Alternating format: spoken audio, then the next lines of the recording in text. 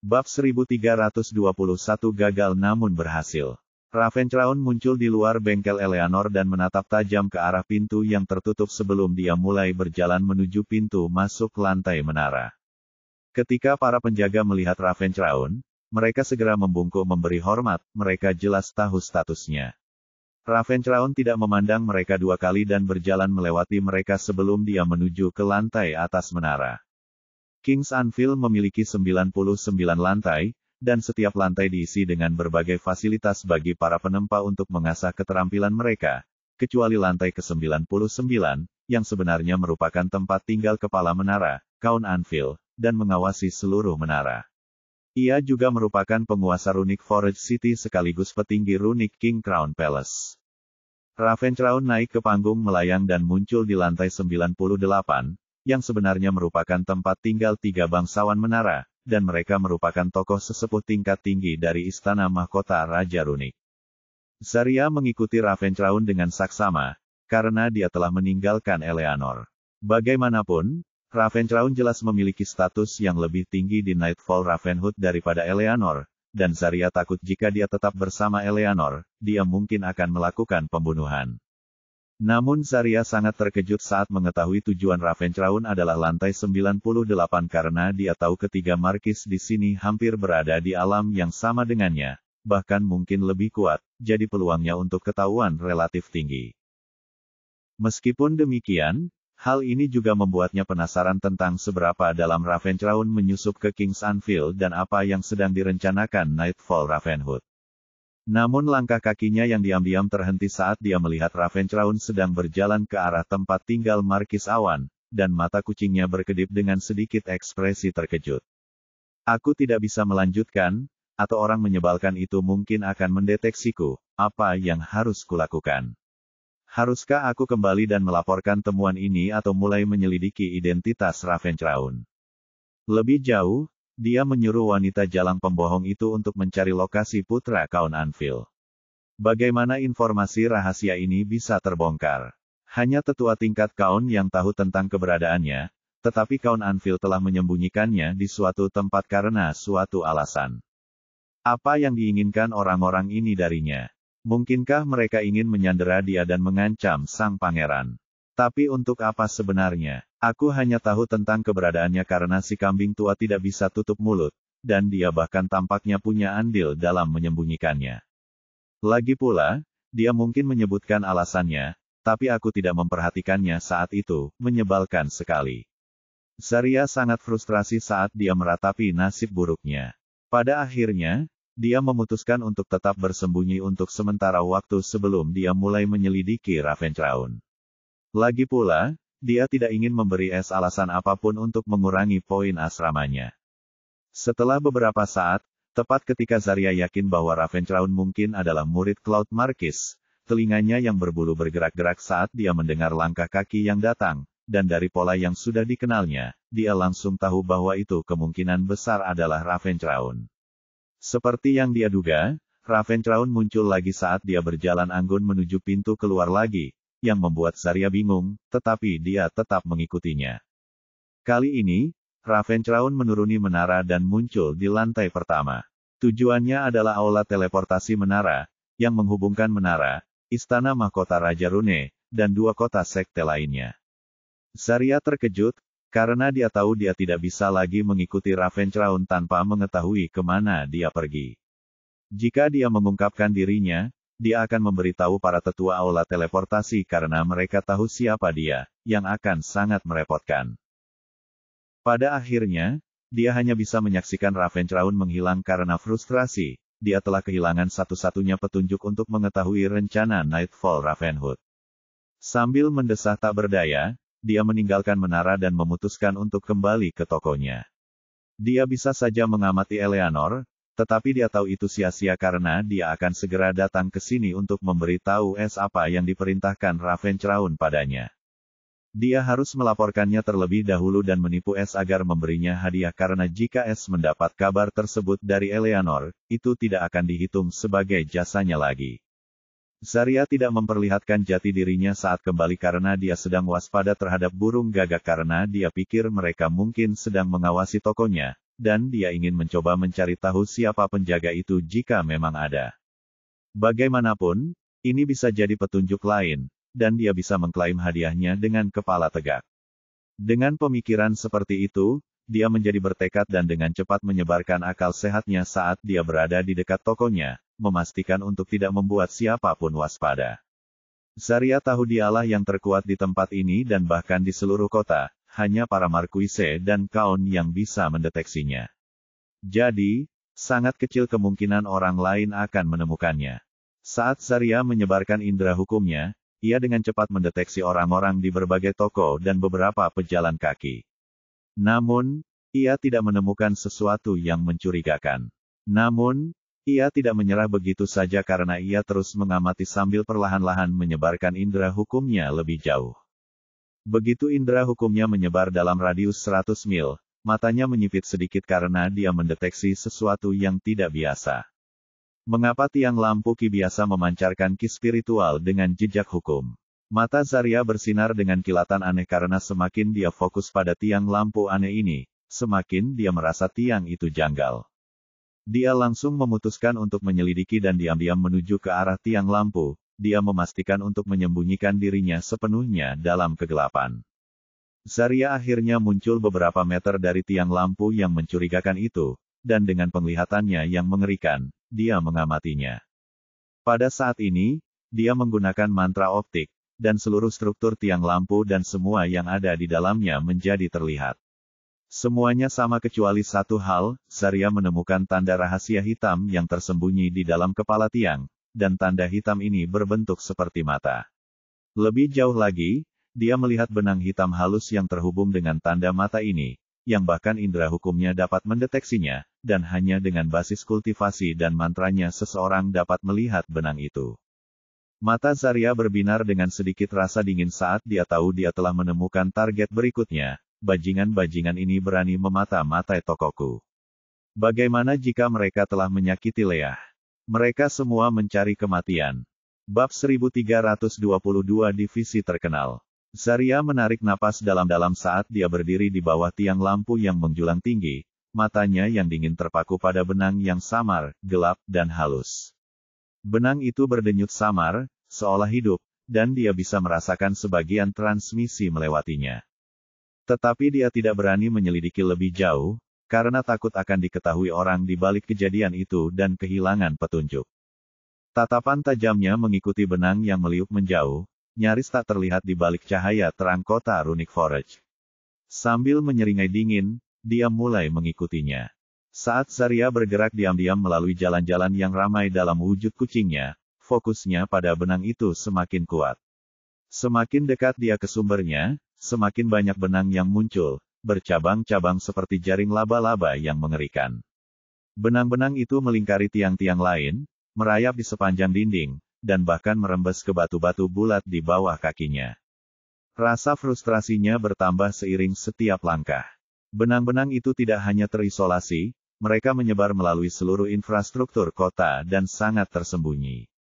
Atau bagaimana ini bisa luput dari perhatian? Namun, dia tahu siapapun yang berada di balik ini setidaknya adalah seorang Ascension Lord atau Runic Guard. Dia seharusnya sudah mendeteksi ini sejak lama, dan hanya orang seperti dia yang mencarinya yang bisa menemukannya. Dia bahkan menduga ini adalah kemampuan garis keturunan tingkat tinggi. Pada saat ini, dia berhenti di dekat pasar yang ramai. Matanya bergerak cepat, menelusuri benang-benang yang terjalin di antara para pedagang dan pembeli. Seorang anak berlari melewatinya sambil tertawa, sama sekali tidak menyadari bahwa ada sulur gelap yang menyentuh bahunya. Ravenhood ini benar-benar tidak punya niat baik, pikir Zarya. Mereka sedang merencanakan sesuatu yang besar di Runic Forge City. Tapi apa target mereka? Aku harus membiarkan pemimpin mesum itu mencari tahu. Zarya terus mengikuti benang-benang itu, berjam-jam berlalu saat ia melanjutkan pengejarannya. Jalanan menjadi lebih sepi, obrolan ramai kota memudar menjadi keheningan mencekam di distrik-distrik yang jarang dikunjungi. Benang-benang itu tumbuh lebih tebal dan lebih terlihat di sini, ki gelapnya praktis berdengung di udara. Bangunan-bangunannya menjadi lebih kecil, ukiran rahasianya kurang rumit. Ini adalah wilayah kekuasaan klan yang lebih lemah atau cabang, yang dibayangi oleh klan-klan termasyhur dari Great Crown Domains. Toko-toko mereka memasang papan nama sederhana, jendela-jendelanya remang-remang, tidak menawarkan banyak hal untuk menarik pelanggan rata-rata. Pandangan Zarya tertuju pada salah satu toko tersebut. Papan nama toko kayunya berderit samar tertiup angin, bertuliskan nama White Rose Forge. Benang-benang gelap itu menyatu di sini, menancap ke dalam bangunan seperti akar yang menancap ke dalam tanah. "Ketemu kamu, dasar bajingan licik," bisik Zarya, suaranya diwarnai kelegaan sekaligus kedinginan. Namun, Zarya tidak langsung mendatangi toko itu. Sebaliknya, dia mengitari area itu, matanya mengamati tanda-tanda jebakan atau perlindungan. Toko itu tampak sederhana, bagian luarnya lapuk dan polos. Satu lampu bersinar redup di dalam, menghasilkan bayangan yang menari-nari di dinding. Zarya dengan mudah menyelinap ke dalam toko melalui jendela setelah memastikan tidak ada formasi tinggi atau jebakan di sana, gerakannya senyap seperti bisikan. Di dalam, panasnya tungku menghasilkan cahaya jingga redup di seluruh ruangan. Perkakas dan senjata tergantung rapi di dinding, dan sosok kekar bekerja di balik meja kasir. Namun mata Zarya tertuju pada lelaki kurus lain di belakang lelaki kekar itu yang tampak seperti seorang murid. Dia adalah seorang pria kurus dengan sikap gugup dan pandangan mata yang tidak fokus. Rambutnya tidak terawat, bagi pengamat manapun, dia tampak seperti pelayan toko yang pemalu dan pekerja tempa, biasa-biasa saja dalam segala hal. Namun, Zarya dengan jelas melihat benang-benang gelap terhubung ke mata kiri pria kurus ini. Apakah dia si Raveneye yang disebutkan para jalang itu? Tebaknya seraya mengamati dalam diam. Meskipun Raveneye tampak sangat biasa, Zarya tahu ini hanyalah penyamaran. Namun, dia tidak mengerti mengapa Raveneye memilih tempat kumuh seperti itu untuk bersembunyi. Setelah dia menemukan Ravencrawn dan Ravenmin, dia tahu Nightfall Ravenhood sangat cakap, dan kemampuan Raveneye sangat kuat. Namun, entah mengapa, dia berpura-pura menjadi murid biasa dari pria kekar ini yang mungkin adalah Spirit Forger bintang 2. Zarya langsung merasa ada yang kurang dan segera memikirkan siapa pemilik toko ini dan koneksi mereka. Dia tahu ada sesuatu yang perlu diperbaiki, dan sekarang setelah menemukan Raveneye, dia bertekad untuk mengungkap rahasia Raveneye dan mungkin juga rencana jahat Ravens. Lagi pula, mereka berani menyerang tokonya, yang merupakan rumah Leah, bagaimana dia bisa memaafkan mereka. Raveneye yang sedang berakting, tiba-tiba merasa merinding karena suatu alasan saat dia memiringkan kepalanya, tetapi kemudian mengira itu hanya imajinasinya saja, sambil terus mengamati pria kekar itu sementara fokusnya yang sebenarnya ada pada mata kirinya, karena dia bisa melihat segalanya. Tetapi dia gagal melihat Zarya karena dia jauh lebih kuat darinya. Tanda hubung tanda hubung tanda hubung. Terletak di bagian paling utara Gunung Kekayaan, divisi pembasmi kejahatan berada di atas punggung gunung hitam terjal yang selalu diselimuti kabut yang berputar-putar. Bangunan itu sendiri adalah benteng megah dari batu onyx, dindingnya bertuliskan rune emas yang berdenyut samar seolah hidup. Udara di sekitar divisi itu dipenuhi tekanan yang menindas, campuran antara rasa hormat dan ketakutan. Ini adalah satu-satunya tempat di seluruh Gunung Kekayaan yang dihindari semua orang karena ini adalah divisi pembasmi kejahatan, tempat paling mematikan di seluruh sekte Raja PHW. Benteng divisi pembantaian kejahatan terdiri dari 3 tingkat utama, benteng luar untuk para pengikut sekte luar. Benteng dalam diperuntukkan bagi para pengikut sekte dalam dan anggota senior, tingkat ini dijaga ketat dan dipenuhi dengan barisan pertahanan. Terakhir, tempat suci penghakiman, yang berada di puncak tertinggi benteng, ruang suci ini adalah tempat kepala divisi dan murid-muridnya berada.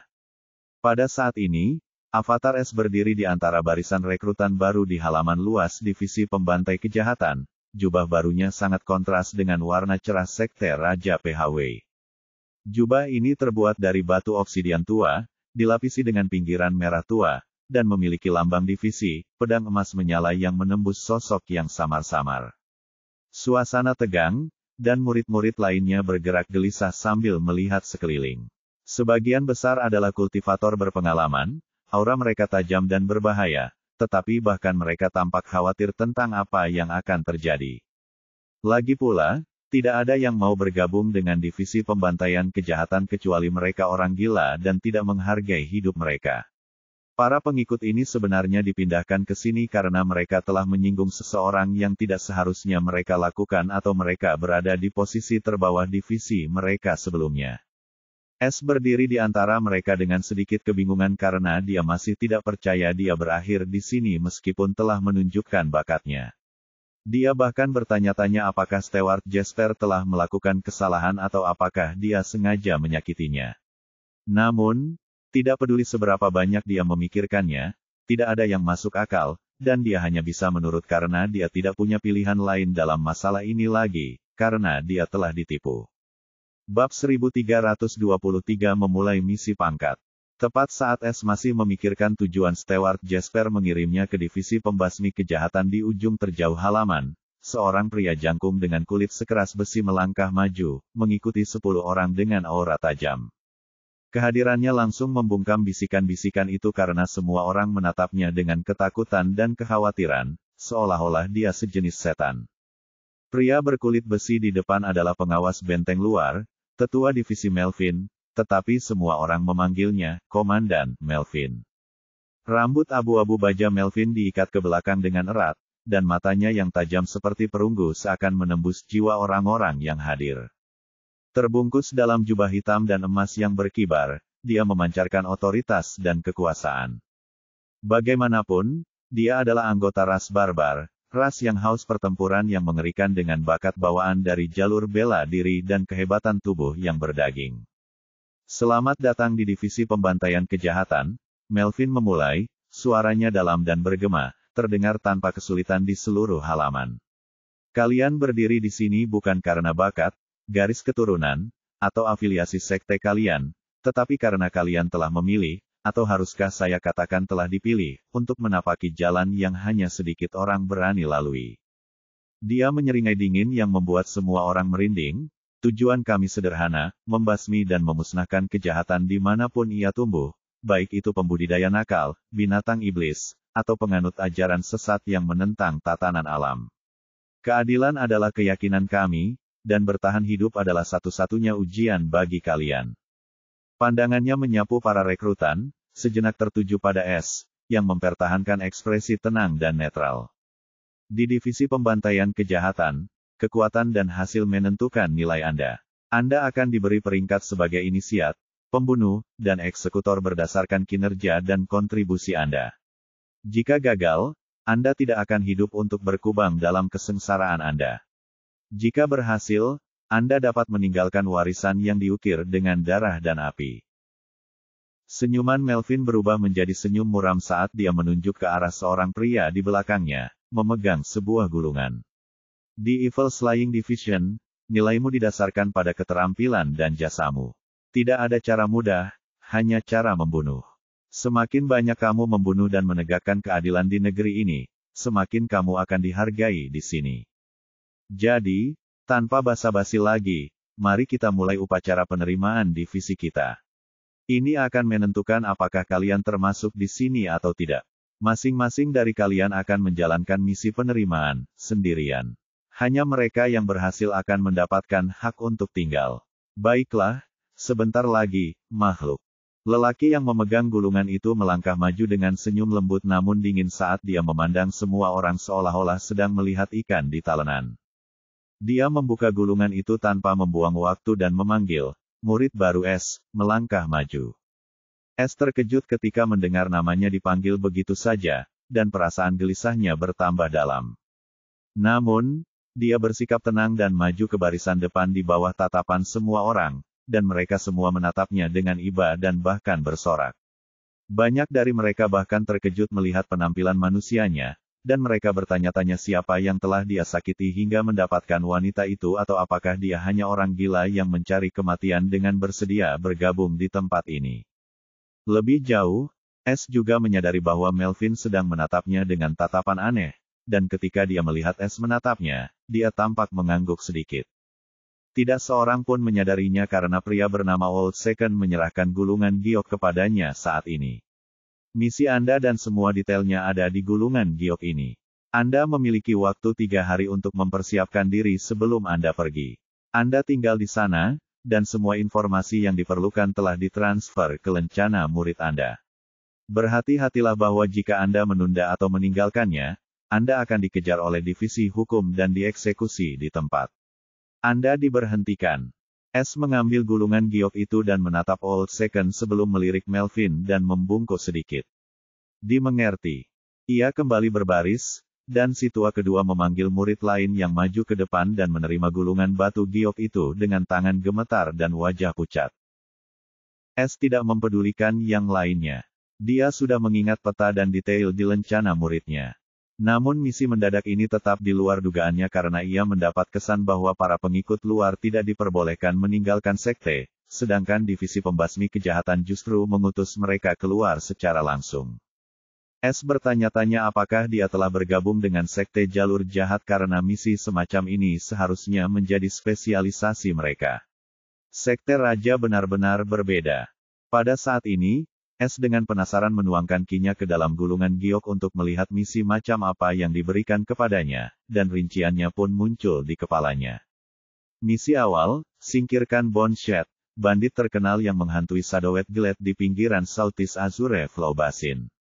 Dia telah merampok dan membunuh banyak kelompok pedagang.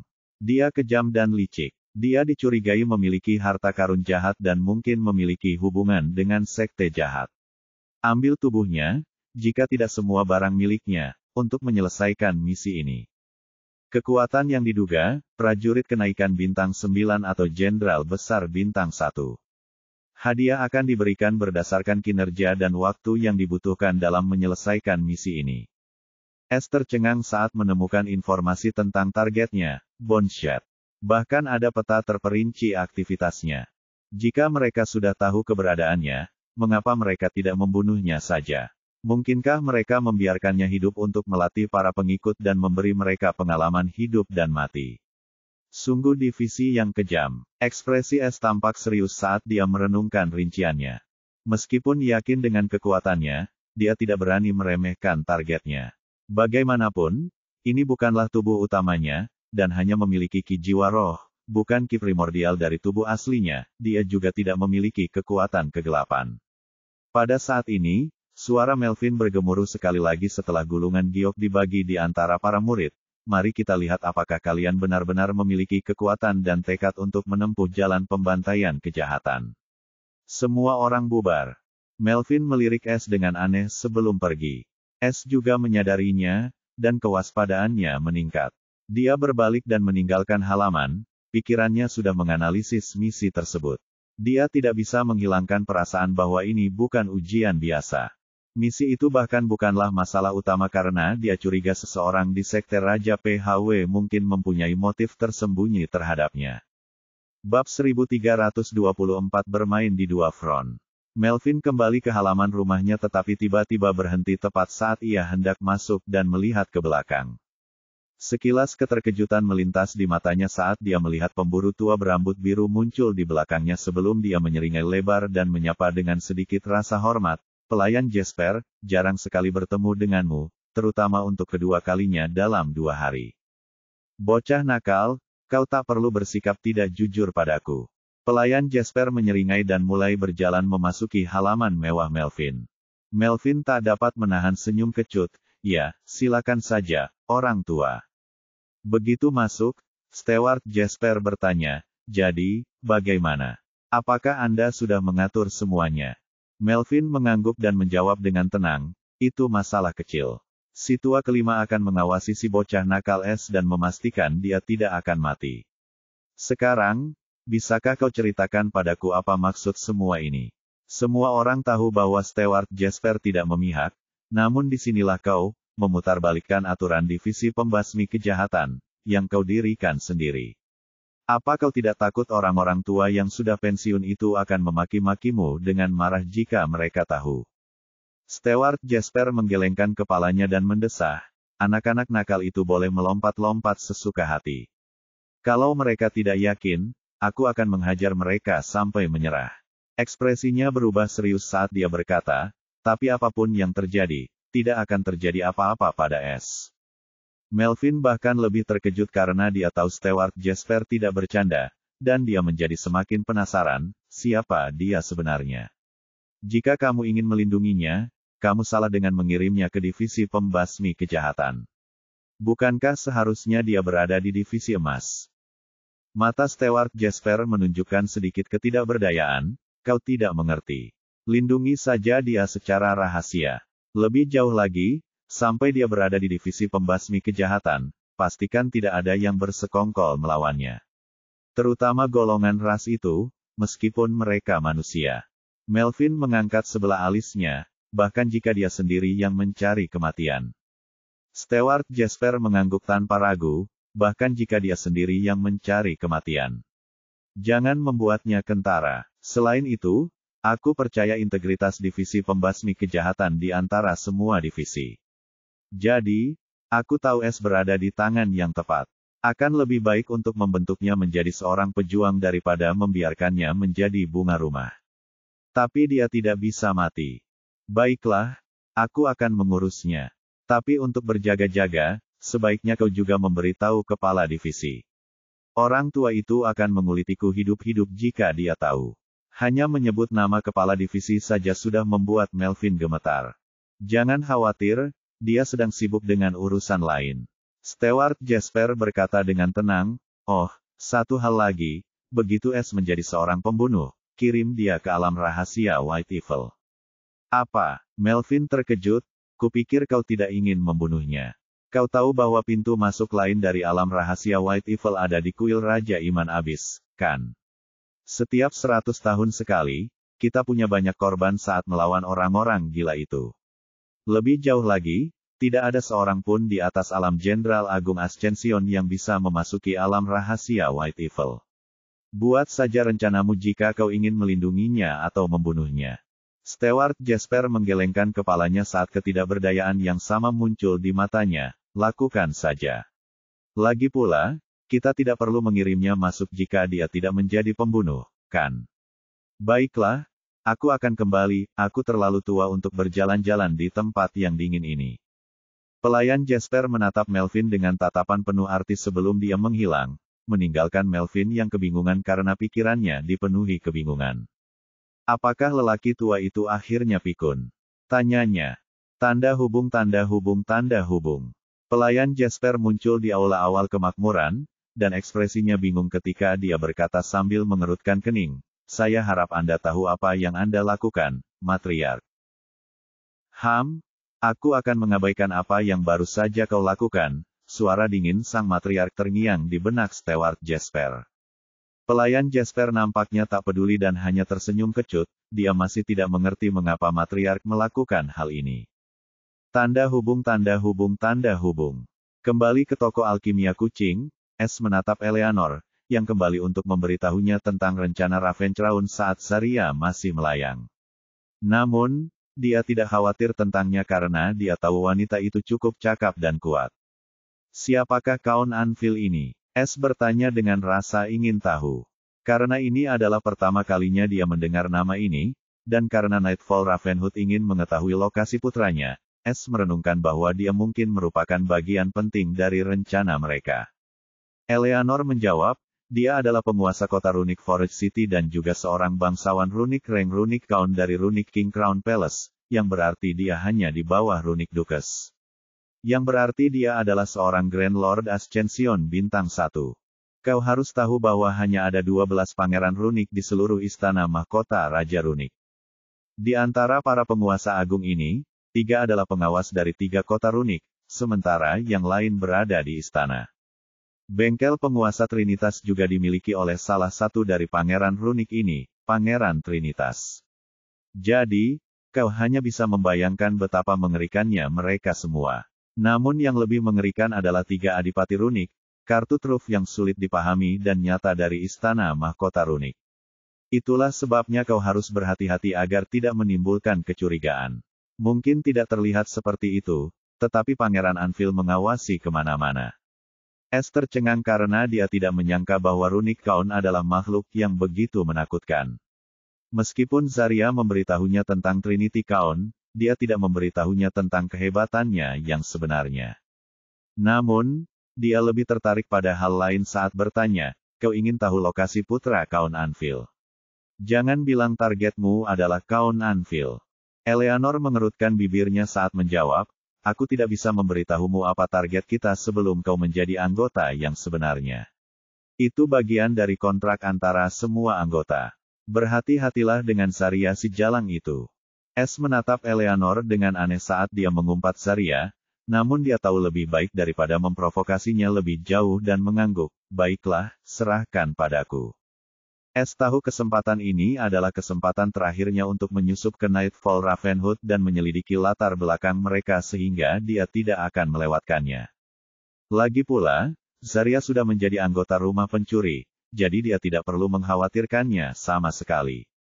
Meskipun demikian, S sekarang sangat penasaran tentang apa yang Nightfall Ravenhood coba capai, dan apapun itu tidak mungkin sesuatu yang biasa karena mereka menargetkan seorang Ascension Grand Lord.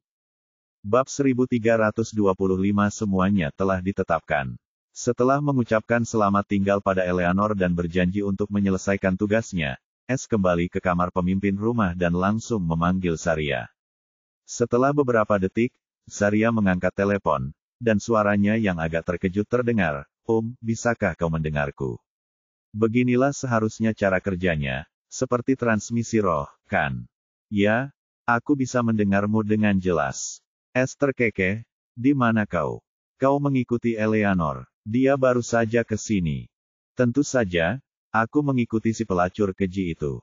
Saria langsung menjawab dengan marah, dan percayalah, dia seorang pemfitnah yang tidak berguna. Lebih baik kau putuskan hubungan dengannya jika kau punya integritas.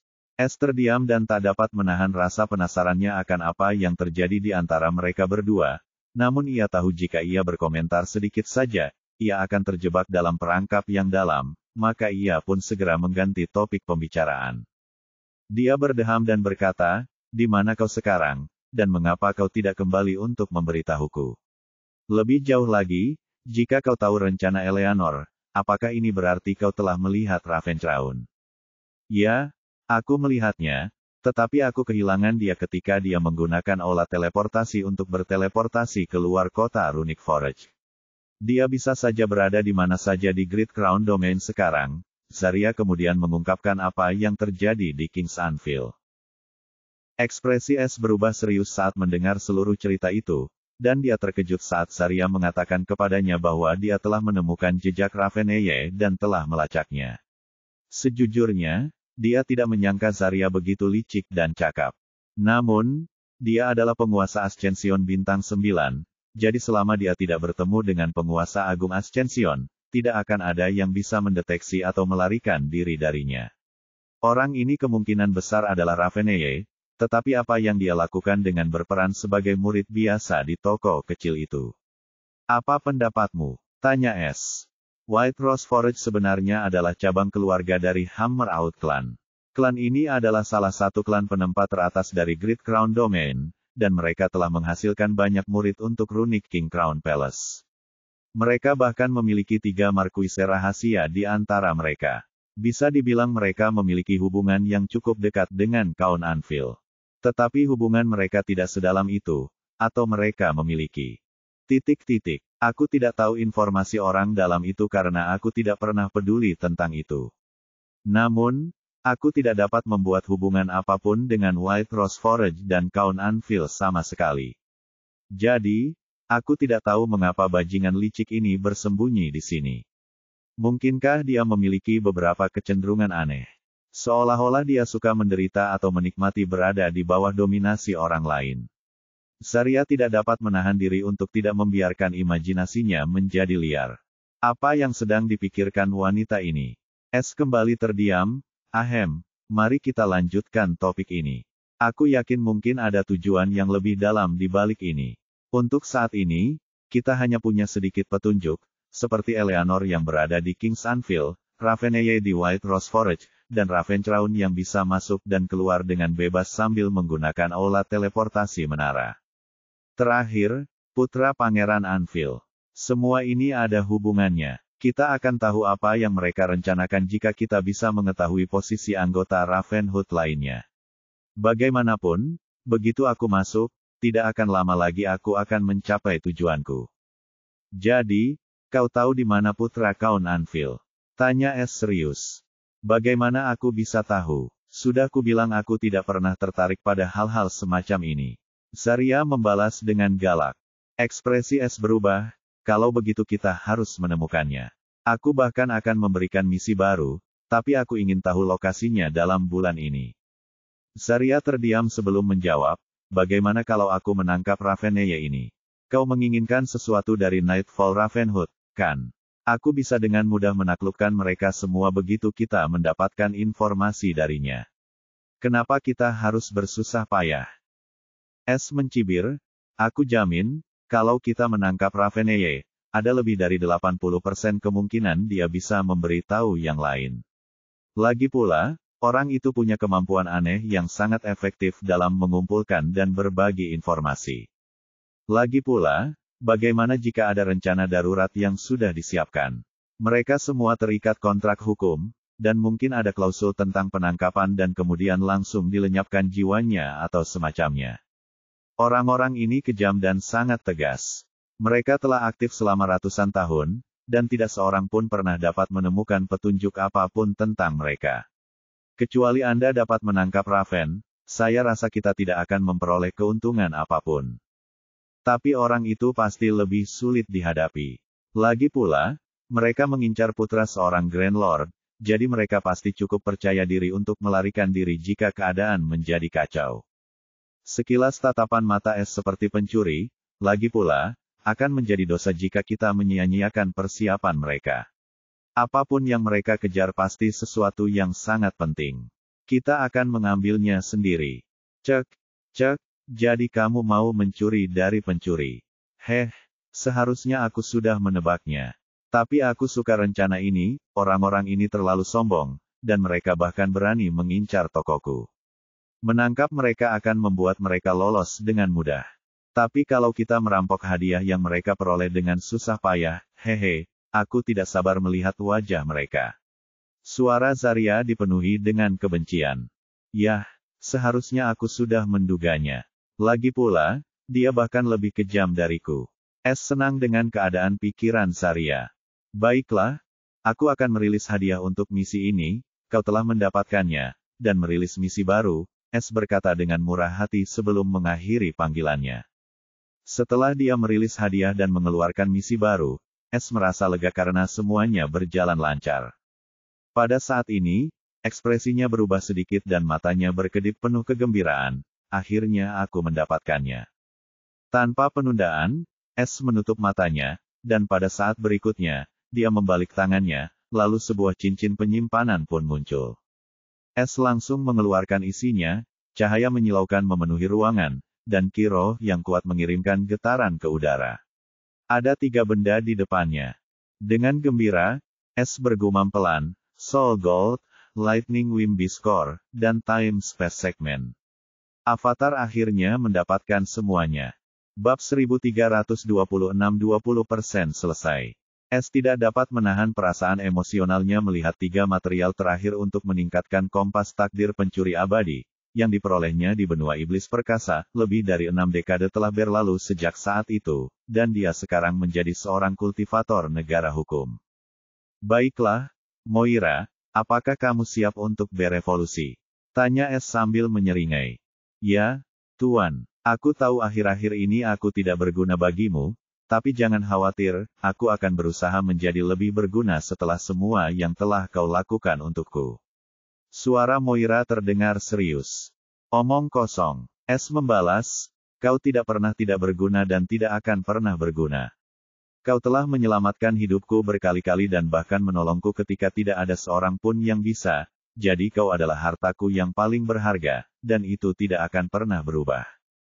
Terima kasih atas bantuanmu, jawab Moira dengan sedikit rasa senang. S mengangguk sebagai tanda stratifikasi, lagi pula, bukan berarti Moira sudah menjadi tidak berguna, hanya saja dia berada di tempat yang jauh di atas tingkatan Moira saat ini, dan dia tidak berani berkelana di surga kenaikan fana untuk mencari peruntungan karena dia masih terlalu lemah. S kemudian meletakkan semua material di ruang pencuri dan memerintahkan sistem tanpa ragu, sistem, saya telah mengumpulkan semua material. Mulai proses peningkatan kompas takdir pencuri abadi. Saat berikutnya, antarmuka sistem terbuka di depannya. Sama dengan harta karun asal abadi. Skema penyelesaian 20% tersedia. 1. Soul Gold 9 kg tersedia. 2. Lightning Wimby Score tersedia. 3. Illusion Grace berusia 10.000 tahun tersedia. 4. Crimson Platinum 1 kg tersedia. 5. One Eye Devil Score tersedia. 6. Time Space Segment tersedia. 7. 500 juta poin jiwa akan digantikan dengan 1 juta kristal jiwa roh halus kelas 1 Ascension, tersedia. 8. 10 juta poin pencuri, tersedia. 100 juta poin pencuri ada sebelum rasio TP berubah menjadi 10:1, jadi sekarang 100/10 sama dengan 10, menurut rasio TP yang baru. Tanda hubung. Semua persyaratan untuk penyelesaian 20% telah terpenuhi.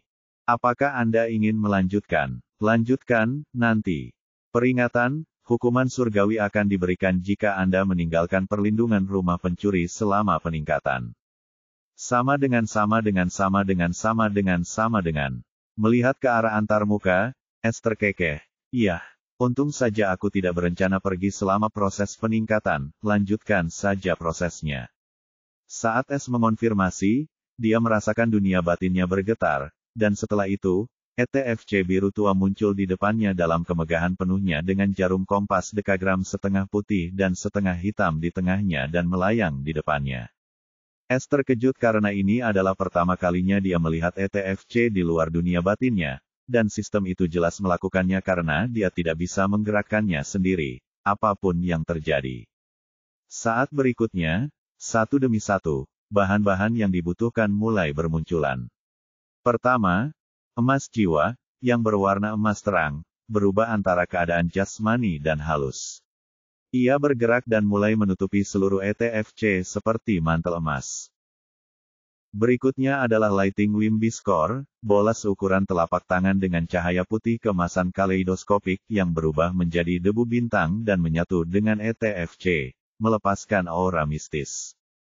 Kemudian, rumput ilusi berusia 10.000 tahun itu tingginya 3 meter dengan 7 bilah rumput emas dan pola rahasia kuning samar saat ia tampak berubah antara ilusi dan kenyataan. Tiba-tiba ia menyalakan api kuning gelap dan menutupi seluruh kompas, mengejutkan S. Setelah itu, Crimson Platinum bergerak dan langsung memasuki api, mengubah kerahnya menjadi merah tua. Tetapi kemudian, inti iblis bermata satu, yang gelap gulita bagaikan lubang hitam fisik, bergerak dan menyerap segmen ruang waktu, yang separuh hitam dan separuh putih, serta permukaan aura ruang waktu yang mengerikan, membuat seluruh ruang bergetar. Saat berikutnya, inti hitam pekat itu memasuki api merah, langsung berubah menjadi hitam pekat, dan S langsung merasakan aura primordial dari ETFC. Saat berikutnya, badan kompas yang diselimuti api hitam pekat mulai bergetar dan berputar ketika api itu tampaknya bergerak ke arah kompas dan diserap oleh ETFC. S memperhatikan dengan saksama saat dia merasakan pemahamannya sendiri tentang penempaan tampaknya meningkat dengan kecepatan yang mengerikan, dan banyak hal yang tidak jelas menjadi jelas. Lagi pula, melihat harta karun asal abadi dimurnikan adalah pemandangan yang sangat langka, dan bahkan para pemalsu yang saleh itu akan menyerahkan apapun untuk menyaksikannya. Seluruh proses berlangsung selama berjam-jam, dan S benar-benar asyik di dalamnya. Ketika api menghilang, ETFC menampakkan dirinya. Cakram biru tua itu berkilauan seperti obsidian berbintang, jarum kompas 10 jarum memancarkan aura mistis purba. Lebih jauh, simbol hitam baru bersinar dalam cahaya kemasan gelap di atas ujung jarum kompas putih dengan yang di atas ujung jarum kompas hitam, sementara 8 lainnya tetap tidak aktif. Terlebih lagi, di tengah kompas sekarang tampak ada formasi planet yang sebelumnya tidak ada, dan tampak hidup. ETFC sekarang memancarkan getaran yang benar-benar baru dan mistis. Pada saat ini, ETFC tiba-tiba berubah menjadi garis biru gelap dan memasuki jantung S. Ia muncul kembali di tengah dunia kegelapan batinnya dan mulai berputar seolah-olah sedang bernalar dengan dunianya saat sebuah hukum yang mendalam mulai memengaruhi seluruh dunianya. Es akhirnya tersadar dari lamunannya, dan suara sistem pun berbunyi. Pada saat itu, antarmuka baru muncul. Sama dengan. Harta karun asal abadi, kompas takdir pencuri abadi, Moira, telah berhasil ditingkatkan dan mencapai 20% penyelesaian. Skema penyelesaian baru 30% telah dibuka. Roh harta karun kompas takdir pencuri abadi, Moira, telah berasimilasi sepenuhnya dengan prasasti astral langit fana. Sekarang ia dapat menemukan kuil kenaikan langit fana tanpa batasan apapun dan membimbing tuan rumah sambil melindungi tuan rumah dari ruang kacau antara langit fana dan langit kenaikan langit fana. Tanda hubung. Harta karun asal abadi. Nama, kompas takdir pencuri abadi. Tipe, jiwa takdir. Kelas saat ini, kelas ASCENSION 2, dapat ditingkatkan. Status, belum lengkap 20% lengkap. Kemampuan, 2. -1. Peta nasib hidup, -2. Pengubah jalan nasib. Skema penyelesaian, tersedia. -30% persyaratan dan prasyarat penyelesaian, -1. Transcendent Void Obsidian, tidak lengkap -2. Feather of Density Moonwalker, tidak lengkap -3. Fateless Abyssal Orchids, tidak lengkap. -4. Hati kesengsaraan sang pelihat Transcendent, belum lengkap. -5. Pengetahuan tentang Astral Stella of Mortal Ascension Heaven, belum lengkap. -6. 500 juta poin pencuri. Bab 1327 Jalan Takdir. Es tercengang saat membaca rincian peningkatan baru tersebut, terutama bagian tentang Astral Stella of Mortal Sky Heaven yang sepenuhnya berasimilasi dengan Moira. Meskipun dia tahu tentang prasasti astral, dia mendapat kesan bahwa itu sepenuhnya berasimilasi di kuil, dan manfaatnya adalah Moira tidak terkendali di langit fana dan dalam beberapa keadaan khusus. Akan tetapi, ia tidak pernah melihatnya sebelumnya, tetapi sekarang, sistem telah mengungkapkan bahwa Moira dapat membantunya membimbingnya di antara ruang yang kacau dan menemukan lokasinya sambil membawanya ke kuil kenaikan langit fana. Apa maksudnya ini? Mungkinkah aku sekarang bisa kembali ke Mortal Sky Heaven kapanpun aku mau, atau hanya kuilnya saja? Es bertanya kepada sistem itu dengan penuh harap. Namun yang mengejutkannya, sistem itu tidak berbicara, dan dia mengerutkan kening. Namun, masalah ini bukanlah masalah besar baginya karena dia tidak cukup ingin bunuh diri untuk kembali ke kuil tempat kehendak surga dan Kaisar Surgawi mungkin sedang menunggunya. Dia sudah selesai dengan langit fana, dan tidak ada yang bisa dia lakukan untuk mendukungnya. Bahkan jika dia punya alasan di masa depan, dia bisa mengetahui apa sebenarnya semua ini, dan sistem itu mungkin tidak memberitahunya karena alasan ini juga. Fokus Es kemudian beralih ke kemampuan baru dan skema penyelesaian 30%, dan dia meringis karena setiap material yang dibutuhkan untuk peningkatan ini asing baginya kecuali pengetahuan tentang prasasti astral surga kenaikan fana dan TP. Yah, setidaknya sekarang aku tahu bahwa kuil kenaikan fana juga ada di sini atau bahwa prasasti astral mungkin ada di tempat lain. Tapi kemungkinan itu sangat kecil, yah, aku akan mengetahuinya saat waktunya tiba. Untuk saat ini, aku mungkin harus mempertimbangkan keempat material ini sebagai kelas transenden. Es kemudian tidak membuang waktu dan berkomunikasi dengan Moira, bagaimana perasaanmu? Bagus sekali, Tuan. Evolusi berhasil, dan saya telah membuka kemampuan baru. Semua berkat Anda, Tuan. Moira melaporkan dengan gembira. Namun Es sedikit terkejut karena suara Moira kini lebih dewasa. Sebelumnya, ia terdengar seperti anak kecil, namun kini suaranya lebih dalam dan renyah, sangat menyenangkan. Artinya, dengan selesainya ETFC, Moira akan terus tumbuh dan menjadi lebih kuat. Baiklah, ceritakan padaku tentang kemampuan barumu ini, tanya Es penuh harap karena dialah yang paling menantikannya. Moira segera menjawab tanpa ragu, kemampuan baru yang telah aku buka disebut Fate Path Shifter. Kemampuan ini dapat mengubah jalur takdirmu untuk sementara.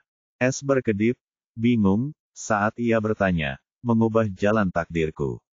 Apa maksudnya ini? Jalur takdir mengacu pada jalur atau lintasan peristiwa unik yang ditakdirkan untuk dilalui oleh kehidupan seseorang, yang dipengaruhi oleh pilihan, keadaan, dan hukum takdir yang berlaku. Jalur ini pada dasarnya adalah benang tak kasat mata, yang menghubungkan momen-momen penting, peluang, dan tantangan yang membentuk perjalanan seseorang. Anda bahkan dapat mengatakan bahwa semuanya telah ditakdirkan. Selain itu, jalan takdir merupakan konsep yang sangat mendalam, ia melambangkan aliran alami berbagai peristiwa, termasuk pertemuan yang tak terelakkan, peluang, atau bencana yang ditakdirkan untuk dialami seseorang. Meskipun jalan takdir merupakan struktur yang telah ditentukan sebelumnya, namun jalan tersebut masih dapat dipengaruhi oleh kekuatan eksternal, harta karun yang sakti, atau terobosan pribadi, terutama dalam ranah kultivasi yang lebih tinggi di mana takdir menjadi lebih lentur bagi mereka yang memiliki cukup kekuatan atau alat. Jadi, jalan takdir mengandung prinsip-prinsip karma, tindakan yang diambil di masa lalu dapat secara langsung atau tidak langsung memengaruhi jalannya jalan saat ini atau di masa mendatang. Ini adalah hukum paling mistis di alam semesta kita, dan hampir mustahil untuk mengubahnya tanpa dihancurkan oleh alam semesta. Namun, kemampuan Fate Path Shifter memungkinkan Anda mengubah Fate Path dengan Alternative Fate Compass. Namun, itu berarti mengubah lintasan takdir untuk sementara. Seperti mengubah kejadian fatal yang sudah ditakdirkan menjadi hasil yang kurang berbahaya atau tidak memungkinkan untuk bertahan hidup. Jika Sir S ditakdirkan untuk menghadapi musuh yang kuat di waktu yang tidak tepat, Fate Path Shifter mungkin akan menunda atau melemahkan kejadian itu, sehingga Sir memiliki keunggulan atau waktu untuk bersiap. Hal itu juga akan meningkatkan peluang hasil yang menguntungkan dengan mengubah arah takdir secara halus.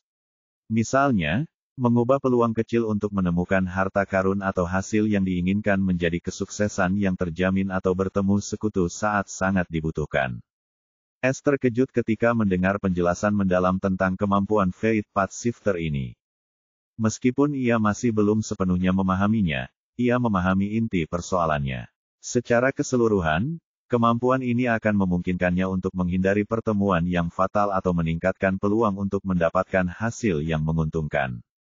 Jika dilihat dari sudut pandang pencuri, Fate Path Shifter akan memungkinkannya melarikan diri dari situasi berbahaya, menghindari serangan, atau memasuki situasi di mana harta dan peluang berada. Lebih jauh lagi, dari kata-kata Moira, jelas bahwa mengubah jalur takdir bukanlah metode mudah, dan itu hanya mungkin berkat ETFC. S segera bertanya, bagaimana cara mengaktifkan kemampuan ini, dan bagaimana cara kerjanya? Maksudku, apakah aku bisa tahu apakah kemampuan ini aktif atau tidak? Moira menjelaskan, sama seperti Life Fate Map, untuk mengaktifkan Fate Path Shifter, Anda hanya perlu fokus pada simbol aktivasi pada kompas dan menuangkan Primordial Spirit Key ke dalamnya. Itu tidak dapat diaktifkan tanpa Primordial Key. Begitu diaktifkan, Life Fate Map akan mengalami perubahan besar, dan alih-alih poin takdir, peta itu akan menunjukkan Fate Paths dan hanya Fate Path Anda. Fate Path memiliki 4 warna, merah, emas, putih, dan hitam. Red Fate Path mengarah pada hasil yang berbahaya, dan jika Anda berada di Red Fate Path, itu berarti hasil Anda akan berakhir dalam situasi yang berbahaya. Jalan takdir emas menuntun pada keberuntungan, dan jika Anda berada di sana, maka Anda tidak perlu risau tentang apapun. Jalan putih tidak akan membawa bahaya maupun keberuntungan, ini adalah jalan yang netral, dan bisa jadi menunjukkan bahwa Anda tidak akan berhasil maupun gagal dalam usaha Anda. Hasilnya bisa apa saja. Terakhir, jalan takdir hitam adalah jalan menuju kematian, ini berarti hasilnya akan berujung pada akhir hidupmu, dan jalan ini harus dihindari dengan cara apapun. Begitu jalur takdirmu ditentukan, Fate Path Shifter akan mengubah sementara jalur takdirmu menjadi jalur yang tidak terlalu berbahaya, seperti jika kamu berada di jalur takdir hitam, jalur itu akan menjadi merah. Merah akan berubah menjadi putih, dan putih akan berubah menjadi emas, sementara emas akan menjadi lebih mudah. Untuk durasi pastinya, semuanya tergantung pada kecakapanmu, dan dari tingkat konsumsi kimu, kamu juga dapat menentukan gravitasi jalur takdir. Terakhir, peta takdir juga akan menunjukkan jalur takdir alternatif dengan warna yang sama, dan jika kamu mengikuti arah jalur takdir peta, kamu akan dapat menghindari atau mengubah jalur takdirmu untuk selamanya. Nada bicara Moira berubah serius dan serius, namun, harap diingat bahwa semakin besar hasil takdir yang telah ditentukan, semakin besar pula kesulitan untuk mengubahnya, dan konsumsi ki primordial juga akan sama besarnya. Jika takdir sangat agung, maka Anda mungkin akan menderita serangan balik seperti kehilangan masa hidup atau kemunduran basis kultivasi Anda saat mencoba mengubahnya. Jadi, saya mohon Anda untuk menggunakan kemampuan ini dengan sangat hati-hati. Bab 1328 Jalan Kematian. Es terkejut setelah mendengar penjelasan Moira dan terdiam merenung karena Fate Path Shifter kedengarannya bukan kemampuan yang mudah dan banyak faktor berbahaya yang terlibat di dalamnya. Meskipun demikian, manfaatnya sama besarnya, dan selama dia berhati-hati, dia bisa mengubah jalan manapun yang mengarah pada bahaya atau malapetaka yang mengancamnya. Terima kasih sudah mengkhawatirkanku. Tapi kau tahu aku tidak akan melakukan sesuatu yang tidak kupercaya. Kalaupun ada, aku akan lari saja jika jalan itu mengarah ke suatu bahaya. Es meyakinkan Moira dengan lembut. Sekarang, mari kita lihat bagaimana ini bekerja. Aku ingin melihat seperti apa jalan takdir yang kutempuh, Es berkata dengan sedikit antisipasi dan langsung mengaktifkan kemampuan Fate Path Shifter, tetapi dia juga waspada kalau dia merasa ingin menderita serangan balasan, dia akan berhenti. Saat Es berinteraksi dengan simbol baru di ETFC, ekspresi Es langsung berubah karena kirohnya dikonsumsi dalam gelombang besar, dari 1% menjadi 10% dalam sekejap. Jantung Es bergetar saat semakin banyak ki yang mulai menghilang dan hampir mencapai 50% konsumsi dalam 2 detik, dan pada saat ini, proyeksi yang familiar dari peta takdir hidup muncul di hadapannya. Namun, tidak seperti peta takdir hidup yang biasa, peta itu sama sekali tidak berwarna, dan sosoknya ditampilkan dalam warna biru tua yang mirip dengan titik takdirnya.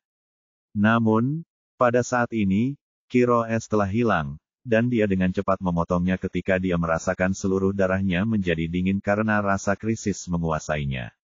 Wajah Es pucat saat dia berlutut dan terengah-engah karena matanya dipenuhi teror karena apa yang baru saja terjadi. Dia akhirnya mengerti mengapa Moira memberinya peringatan itu.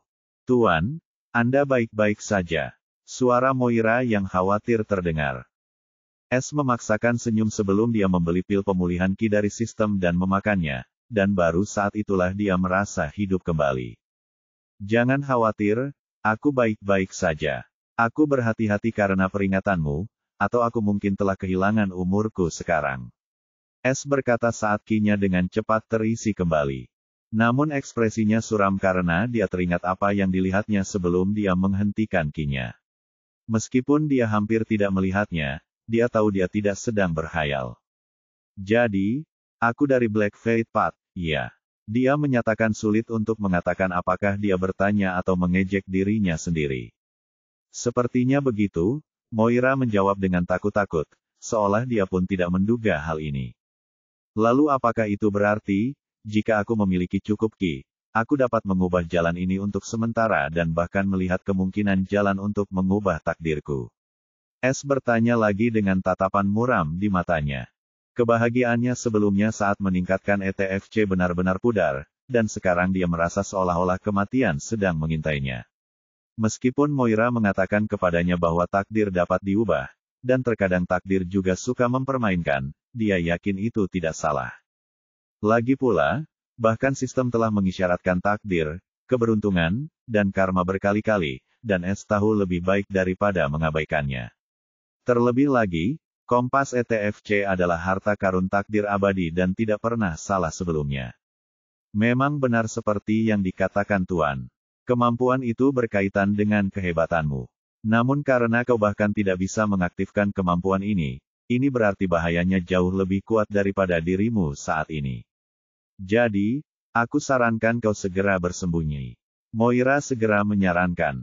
Namun, Es memiliki sesuatu yang lain dalam benaknya saat ia bertanya, aku bisa melarikan diri, tetapi aku perlu tahu dari siapa aku harus melarikan diri, kan? Bisakah kau jelaskan apa tujuan dari takdir hitam ini? Apakah ini tentang operasiku saat ini melawan para Ravens? Atau tentang hukuman surgawi yang akan datang? Atau mungkin ini tentang akhir hidupku. Ini bisa jadi apa saja. Seperti yang kukatakan, tindakanmu akan menuntunmu ke hasil akhirmu. Bisa jadi rangkaian kejadian atau hanya satu kejadian tunggal yang akan menuntunmu ke sana. Hukuman surgawi juga bisa dianggap sebagai jalan kematian karena secara harfiah berarti kehancuran, dan Tuhan telah mengatasinya berkali-kali. Atau bisa juga kejadian setelah hukuman surgawi. Sulit untuk mengatakannya kecuali kau bisa melihat jalan lainnya.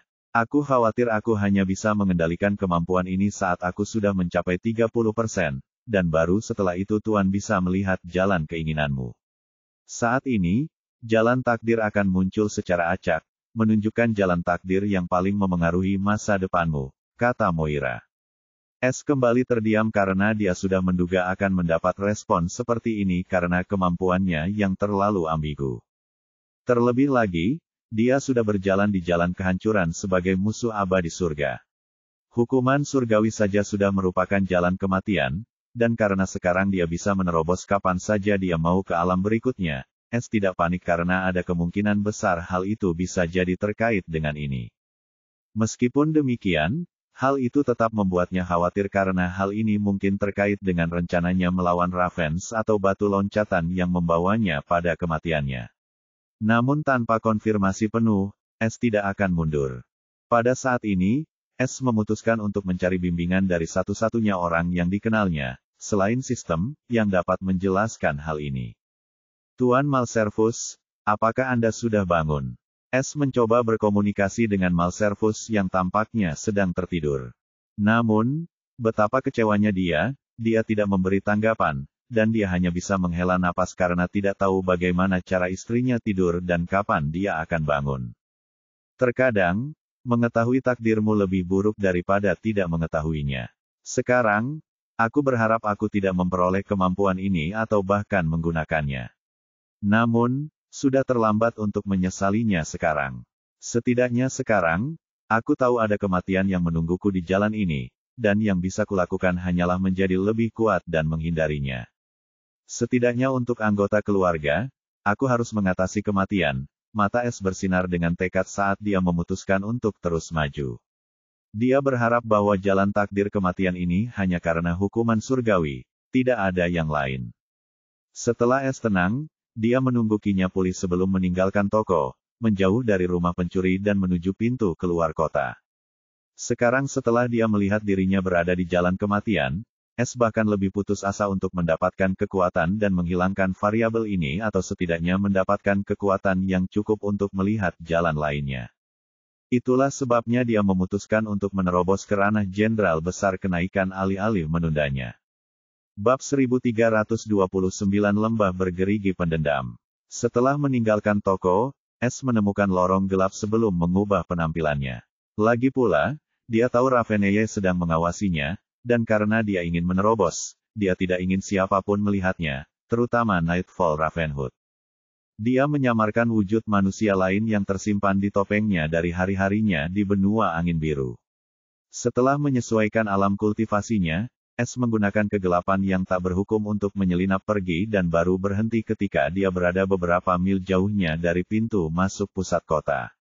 S lalu menunjukkan token itu kepada para penjaga, dan mereka membiarkannya lewat tanpa bertanya apapun karena meninggalkan tempat ini adalah perkara yang lebih mudah daripada memasuki tempat ini. Begitu sampai di kota luar, S mengambil jalan yang sama seperti saat masuk bersama Eleanor, tapi kali ini, dia tidak pergi ke dermaga, sebaliknya, dia langsung menuju pintu masuk kota utama dan keluar dari kota Runic Forge. Ini adalah pertama kalinya dia berada di luar kota Runic Forge, dan bagian luarnya subur dan megah seperti domain besar. Domain mahkota besar dipenuhi dengan kesibukan, yang mana merupakan sesuatu yang tidak diinginkan S saat ini. Jadi, S harus pergi ke arah timur, di mana terdapat wilayah yang sangat berbahaya di Great Crown Domain, yaitu lembah bergerigi pendendam. Lembah ini dipenuhi dengan binatang iblis dan berbagai jenis tumbuhan beracun. Lebih jauh lagi, ada juga banyak jenis tanaman obat dan bahan-bahan khusus di lembah tersebut, yang mengundang banyak petualangan mencari keberuntungan, dan bahkan istana mahkota Raja Rune mengirimkan beberapa pembudidaya terbaik untuk memanennya. Akan tetapi, Hanya para Ascension Master yang mampu bertahan hidup di lembah ini, dan itu pun sangatlah berbahaya karena tempat ini tidak dapat diprediksi dan banyak sekali yang meninggal di sana akibat satu kesalahan saja atau ketidaktahuan mereka sendiri. S memilih tempat ini karena letaknya yang relatif terpencil dan jauh dari 3 kota sekte Istana Mahkota Raja Rune. S membutuhkan waktu hampir 2 minggu dengan kecepatan penuh untuk memasuki wilayah Vindictive Ridge Valley, dan saat ia mendekatinya, dataran mulai berubah menjadi hutan yang dipenuhi pepohonan tinggi dan tanaman merambat. Akan tetapi, S dapat mencium bau samar di udara, yang beracun, dan meskipun tidak terlalu berbahaya bagi seorang kultivator kondisi hukum, bau itu akan berakibat fatal bagi semua kultivator kondisi unsur. Dalam peta nasib langsung, S bahkan melihat banyak binatang iblis tersembunyi dan menghindarinya dengan hati-hati, yang terlemah di antara mereka ada di alam kesadaran hukum. Setelah berjalan dengan hati-hati selama 3 hari, S akhirnya melihat pintu masuk, dan di baliknya ada surga alam yang dipenuhi bunga-bunga dan pepohonan berwarna-warni, tampak sama sekali tidak berbahaya dan eksotis. Namun S tahu itu hanyalah kedok, dan siapapun yang terpengaruh oleh pemandangan ini akan berjalan menuju kehancurannya sendiri karena itu adalah ilusi untuk menarik mangsa, dan di balik itu tersembunyi predator yang tak terhitung jumlahnya.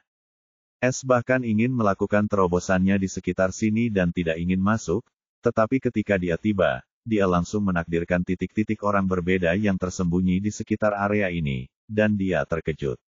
Apa yang mereka lakukan di sini? Jangan bilang ada yang terlewat. Tapi dari ingatan yang kuselidiki, seharusnya tidak terlalu banyak orang di sekitar sini saat ini.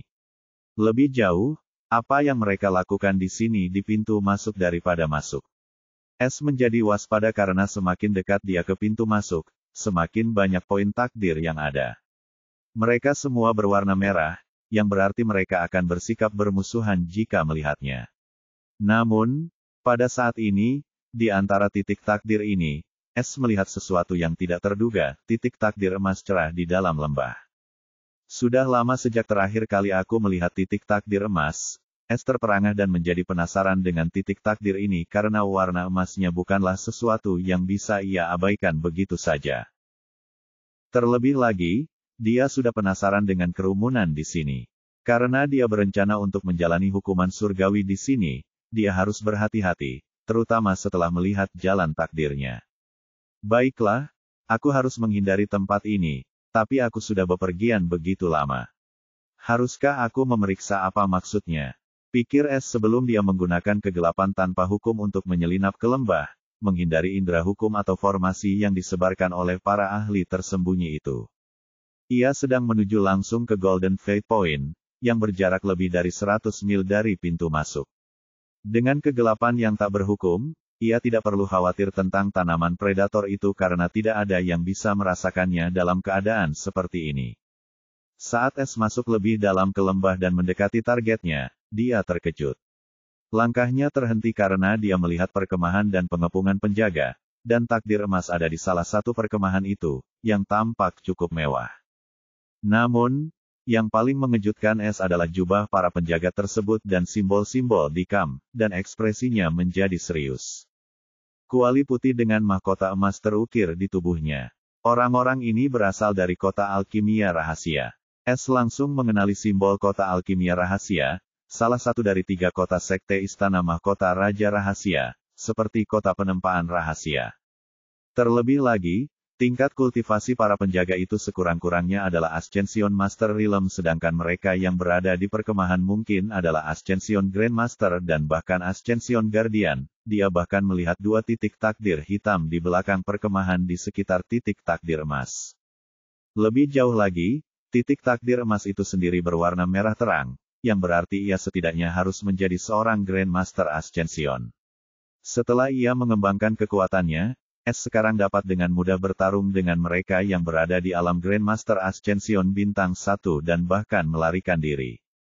Namun, dia mungkin masih tidak bisa menang atau membunuh satu pun karena jaraknya terlalu besar sementara Ascension Guardians masih bisa membunuhnya. Jadi, dia seharusnya sudah melarikan diri sekarang karena mungkin ada kuasa Lord yang hadir di tempat ini.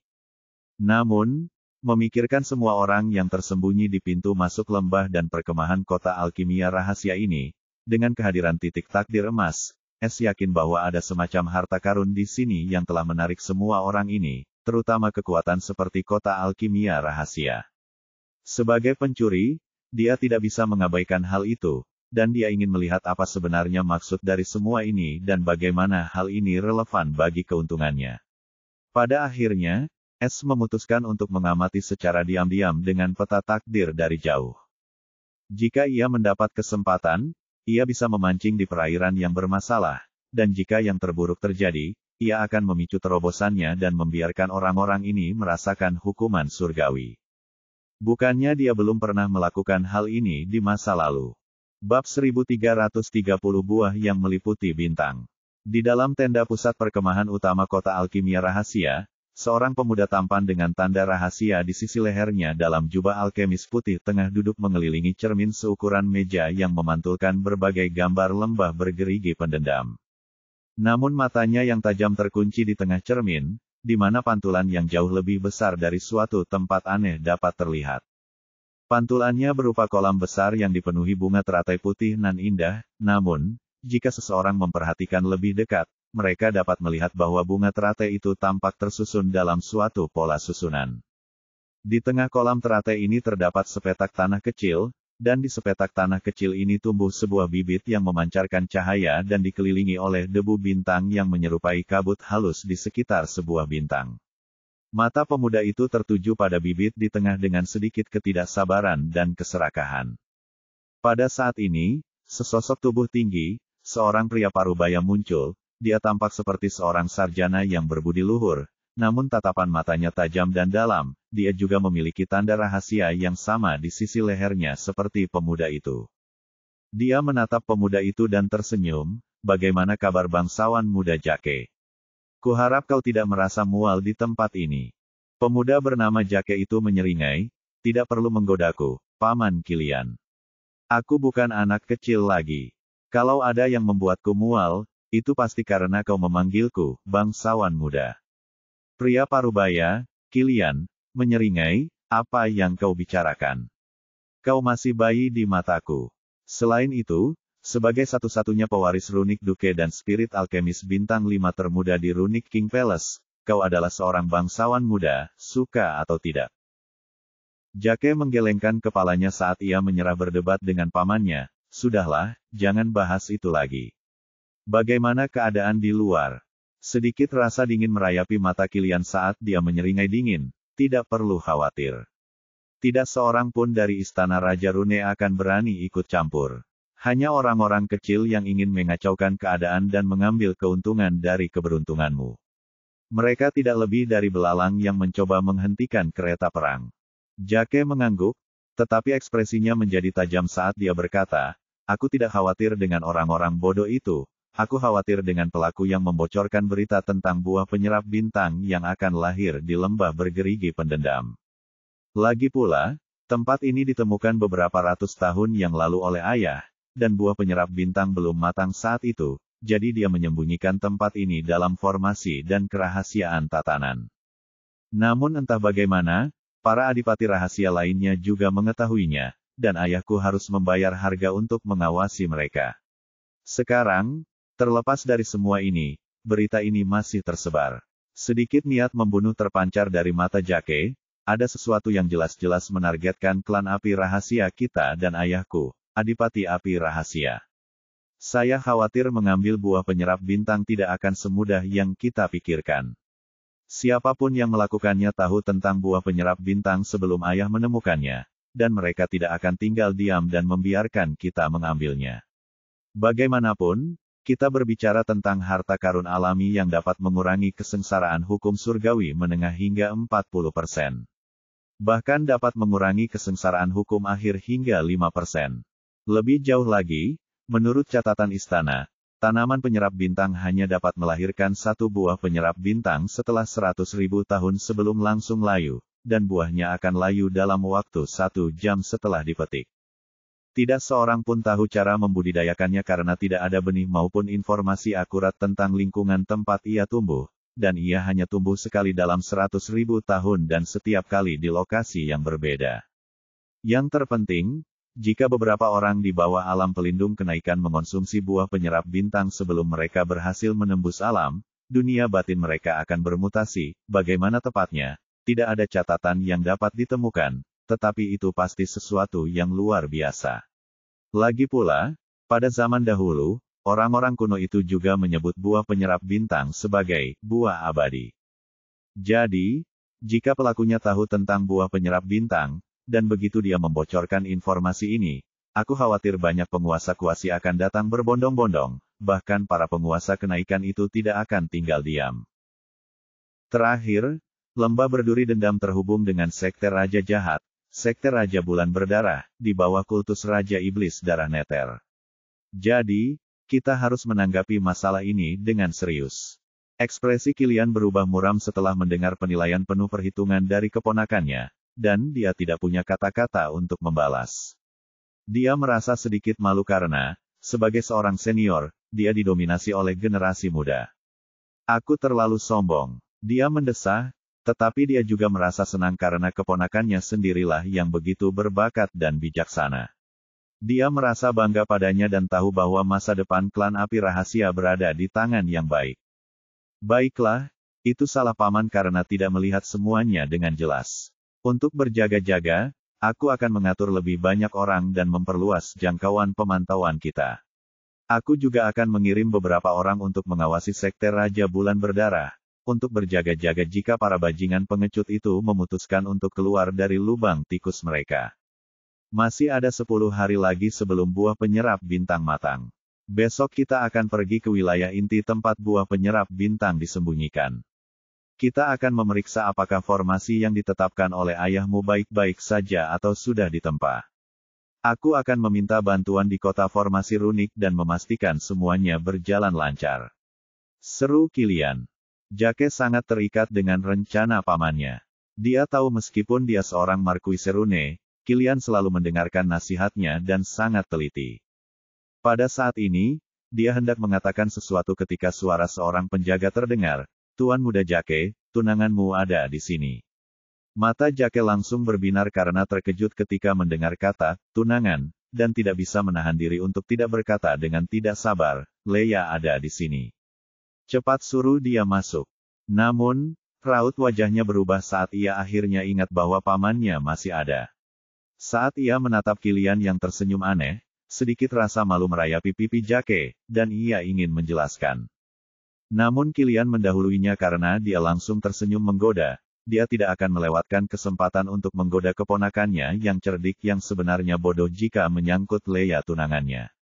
Hehehe, Tuan Muda, sepertinya kau punya janjian yang menyenangkan malam ini, jadi aku tidak akan mengganggumu lagi. Selamat menikmati, dia mengedipkan mata dengan nada mesum. Jake tidak bisa berkata apa-apa dan ingin menjelaskan, tetapi Kilian telah menghilang karena tawanya masih terngiang di telinga Jake. Tepat saat Jake sedang bingung, pintu tenda terbuka dan seorang wanita berjubah bunga dengan bentuk tubuh jam pasir yang eksotis masuk. Meskipun wajahnya ditutupi cadar, kecantikannya yang pucat tidak dapat disembunyikan. Ciri-cirinya yang paling mencolok adalah matanya yang biru laut dan rambut abu-abu pucatnya yang panjang dan terurai. Sikapnya anggun dan lembut, sementara matanya mengandung rasa malu. Namun, jika Zarya atau Eleanor didengar, mereka akan terkejut karena wanita yang tampaknya lembut dan pemalu ini adalah Raven Traun.